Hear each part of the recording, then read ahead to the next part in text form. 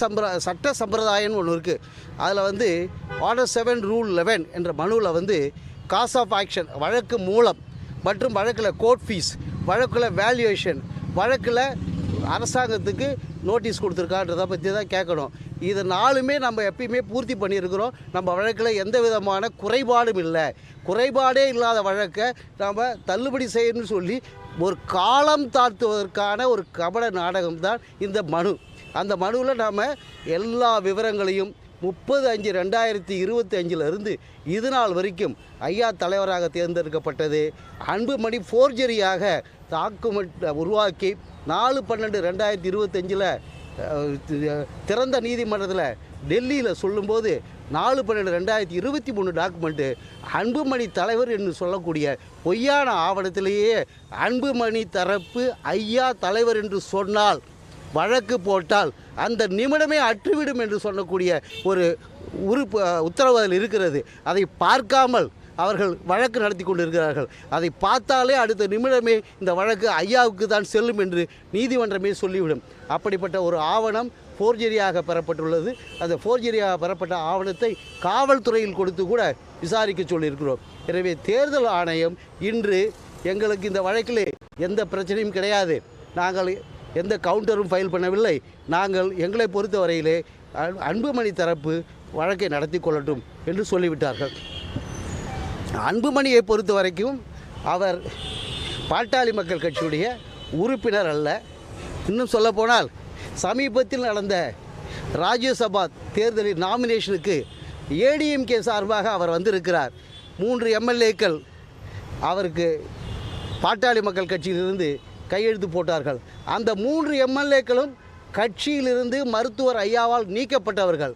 அவருடைய மனு ஏற்புடையது அல்ல. அதை நான் அவருடைய ஐயாவுடைய வேட்பாளர் சாமிநாதனுடைய ஏஜென்ட் என்ற வகையிலே தலைமைச் செயலகத்தில் ஆஜராகி அன்புமணிக்கு இந்த பாட்டாளி மக்கள் கட்சி என்று சொல்லி வேட்புமனு தாக்கல் செய்ய உரிமை இல்லை.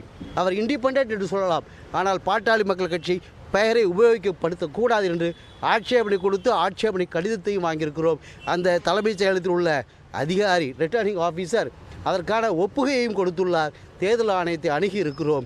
அதனால் அன்புமணி பாட்டாளி மக்கள் கட்சியினுடைய ராஜ்யசபா உறுப்பினராக தேர்ந்தெடுக்கப்பட்டார் என்று சொல்லக்கூடிய சர்டிஃபிகேட் செல்லாது என்பதை அறிவிக்க கோரி நீதிமன்றத்திற்கு வழக்கு தொடுக்கவிருக்கிறோம்.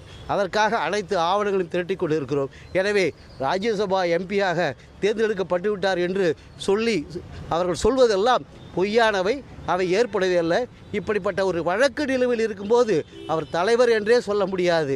கையெழுத்தை அவரே போட்டுக்கொண்டு அவர்தான் தலைவர் என்று சொன்னால் தேர்தல் ஆணையமும் அதை ஏற்றுக்கொள்ளாது. அவைகளை நாங்கள் சட்டப்படி நீதிமன்றத்திலே தாக்கல் செய்து அவர் ராஜ்யசபா உறுப்பினராக பதவி ஏற்கப் போவது செல்லாது என்பதை உத்தரவு பெறுவோம். நன்றி, வணக்கம். மருத்துவர் ஐயா அவர்களை 87 வயதானவர் மற்றும் அட்மினிஸ்ட்ரேட்டிவ் டிசிஷன் எடுக்க முடியாதவர் என்று சொல்லக்கூடிய நபர்கள் எல்லாம் ஐயாவிடம் தினசரி 1000 கட்சிக்காரர்கள் வந்து பார்வையிட்டு ஐயாவிடம் கட்சி பணிகளை செய்து கொண்டிருக்கிறார்கள். அது மட்டுமல்ல, தினந்தோறும் ஐயா பல கூட்டங்களை நடத்தி வருகிறார். அது அல்லாமல் தமிழகம் முழுவதும் சுற்றுப்பயணம் வந்திருக்கிறார். ஐயா இந்த பதில் மனுவிலே எந்த நேரத்தில் நீதிமன்றம் கூப்பிட்டாலும் இது சிவில் நீதிமன்றம், நான் நேரடியாக வந்து என்னிடம் உள்ள 5000 உறுப்பினர்களை அழைத்து வந்து சாட்சி சொல்ல தயாராக இருக்கிறேன். நான் நடந்தே வந்து படியேறக்கூட மாட்டேன். நடந்தே வந்து நான் இந்த நீதிமன்றத்தில் சாட்சி சொல்லி என்னுடைய உடல்நிலையை பற்றி சொல்வேன். என் உடல்நிலையை பற்றி சொல்லக்கூடிய மூடர்களுக்குத்தான் செலக்டிவ் அம்னீஷியா என்ற ஒரு நோய் இருக்கிறது, அவர்களுக்குத்தான் நர்வஸ் ப்ராப்ளம் இருக்கிறது. எனவே இப்படிப்பட்ட பொய் மூட்டைகளை கடந்த காலங்களில் அவிழ்த்துவிட்டு மக்களை திசை திருப்பக்கூடிய நபர்கள் மீது சட்டப்படியாக சிவில் மற்றும் கிரிமினல் நடவடிக்கைகளை எடுக்கவிருக்கிறேன் என்று இன்றைய கவுண்டரிலும் ஐயா சொல்லியுள்ளார்கள். ஆனால் இது நீதிமன்றத்தில் நிலுவையில் உள்ளதால் நாங்கள் அதை பற்றி நீதிமன்றத்தின் உத்தரவு பெற்று மேல் நடவடிக்கை எடுக்க இருக்கிறோம். நன்றி, வணக்கம்.